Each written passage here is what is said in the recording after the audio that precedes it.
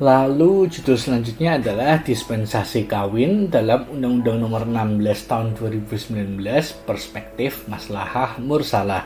Ini maka termasuk jenis penelitian normatif karena objek kajiannya yang dianalisis adalah Undang-Undang Nomor 16 Tahun 2019. Lalu pisau analisisnya, nah ini judul seperti ini berarti sudah jelas bahwa pisau analisisnya adalah teori maslahah mursalah. Jadi biasanya kalau judul seperti ini nanti di dalamnya akan dijelaskan dulu bagaimana maksud dispensasi kawin berdasarkan undang-undang tersebut. Lalu dijelaskan juga bagaimana teori maslahah mursalah. Lalu nanti akan ditunjukkan bagian mana dari ketentuan dispensasi kawin tersebut yang tidak sesuai dengan konsep maslahah mursalah. Judul selanjutnya adalah tinjauan hukum Islam tentang tingginya uang hantaran berpengaruh pada penundaan perkawinan. Ini judulnya agak-agak kurang efektif ya sebenarnya ya. Tapi it's okay lah, nggak masalah. Ini juga sudah lulus mahasiswanya. Ini termasuk jenis empiris karena jelas sekali objek kajiannya adalah realita di desa ini, desa Dusun Tua, bahwasannya uang hantaran itu sangat tinggi. Itu menjadi data yang akan dianalisis. Realita tersebut yang akan menjadi data yang akan dianalisis. Nah, lalu acuannya apa dalam menganalisis itu kan? Dasarnya apa, parameternya apa, penggarisnya apa? Istilahnya sekali lagi pisau analisisnya apa? Nah, itu adalah suatu norma hukum Islam. Karena ini ditulis ya, tinjauan hukum Islam.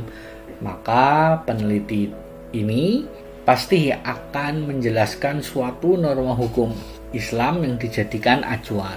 Dan pastinya terdapat suatu bagian dari realita tingginya uang hantaran tersebut yang tidak sesuai dengan salah satu norma hukum Islam yang digunakan jadi acuan.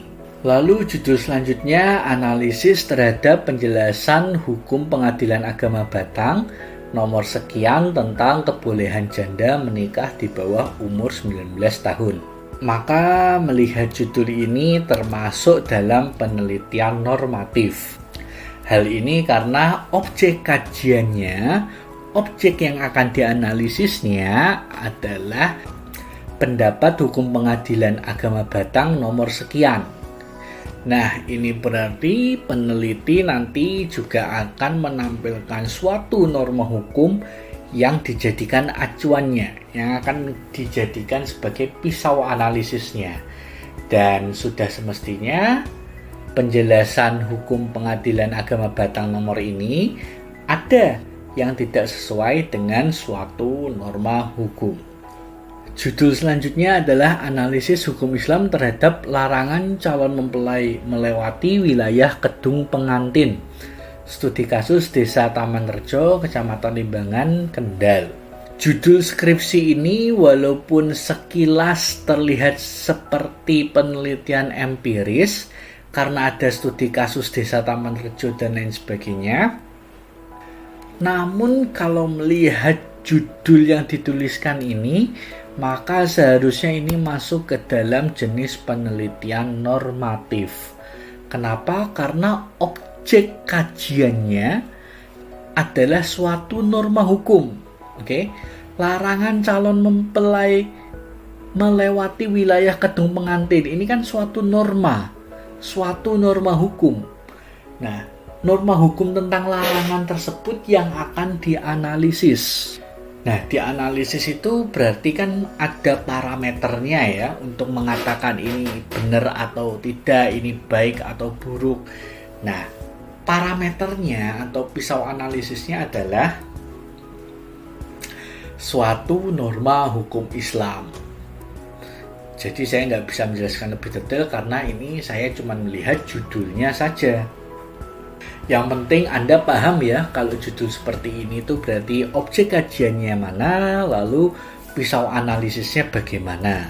Jadi nanti kalau ditanya Seandainya ini Mbak Desi ini waktu pertama kali ngajukan judul, pasti ditanya, masalahnya apa judul seperti ini? Maka peneliti bisa menjawab bahwasanya norma tentang larangan calon mempelai melewati wilayah gedung pengantin tersebut bertentangan dengan suatu norma hukum Islam, misalkan bertentangan dengan hadis atau bertentangan dengan pendapat ulama dan lain sebagainya.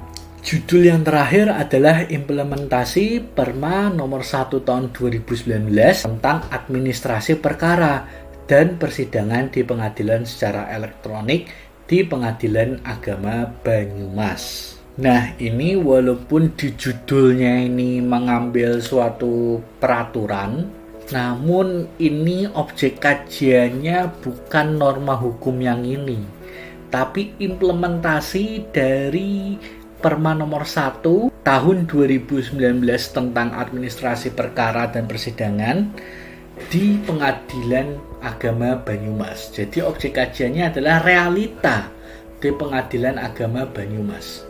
Oleh karena itu ini termasuk ke dalam jenis penelitian hukum empiris.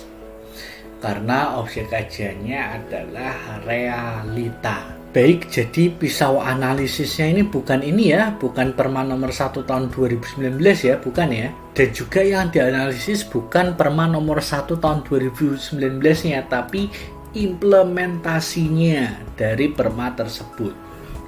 Jadi aktivitas atau realitanya. Oleh karena itu, maka peneliti wajib menerangkan di mana pisau analisisnya. Apa norma hukum yang akan digunakan untuk menganalisis realita tersebut. Dan tentu pasti ada realita tersebut yang bertentangan dengan norma hukum yang dijadikan pisau analisisnya. Kenapa? Kalau semuanya tidak ada yang bertentangan, maka tidak ada permasalahan. Jadi tidak bisa jadi suatu judul penelitian. Baik, saya kira cukup sekian pembahasan mengenai pembedahan judul skripsi. Apakah ini termasuk penelitian normatif ataukah empiris, dan kita bedah juga tadi tentang problem research-nya dan pisau analisisnya. Harapan saya materi kali ini bisa memberikan Anda semua inspirasi dan ide dalam merangkai judul skripsi yang tepat sasaran, yang sesuai kaidah. Jadi jelas problem research-nya di mana. Kalian bisa menjelaskan di mana problem research-nya. Kalian bisa menjelaskan norma hukum apa yang dijadikan pisau analisisnya. Dan kalian tidak bingung penelitian tersebut apakah masuk normatif ataukah masuk empiris. Objek kajiannya apa? Apakah suatu norma hukum ataukah realita yang terjadi benar-benar di masyarakat? Baik, semoga bermanfaat dan mohon maaf apabila banyak kesalahan kata di sana sini. Mohon koreksinya dan wassalamualaikum warahmatullahi wabarakatuh.